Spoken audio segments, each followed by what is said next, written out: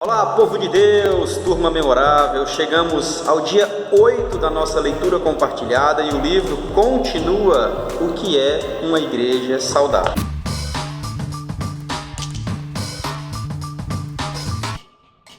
Hoje a gente vai entrar no capítulo 2 e ele vai dizer lá o que é uma igreja e o que não é.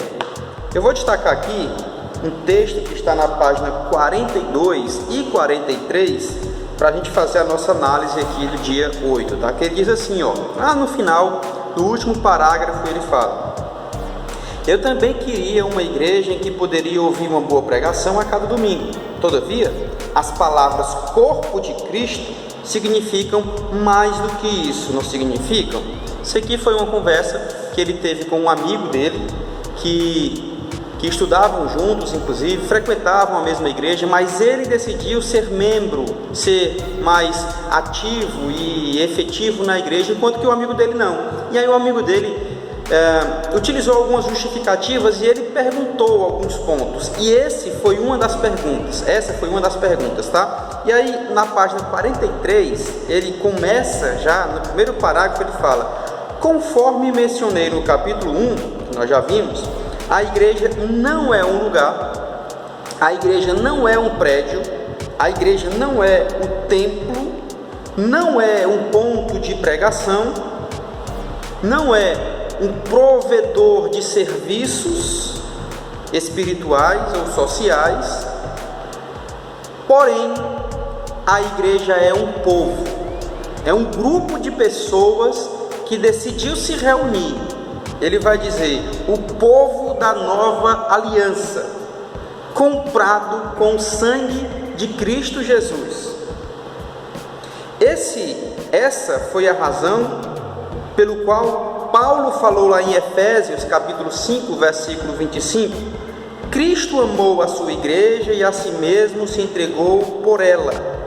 Ele não se entregou por um lugar, mas por um povo. Ele está dizendo o seguinte: olha, a igreja não é templo, não é parede, não é cimento, não é construção. Simplesmente, igreja é um povo, igreja é o povo de Deus. E esse povo recebeu o chamado, recebeu a adoção, a filiação, a salvação através do sacrifício de Cristo, da obra redentora de Cristo na cruz do Calvário. Ele fala isso em Efésios capítulo 5, verso 25.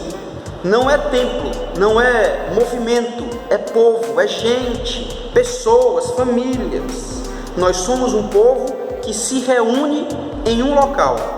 Ah, pastor, entendi. Então, a igreja é a minha estrutura física. Não, ali é onde a igreja se reúne.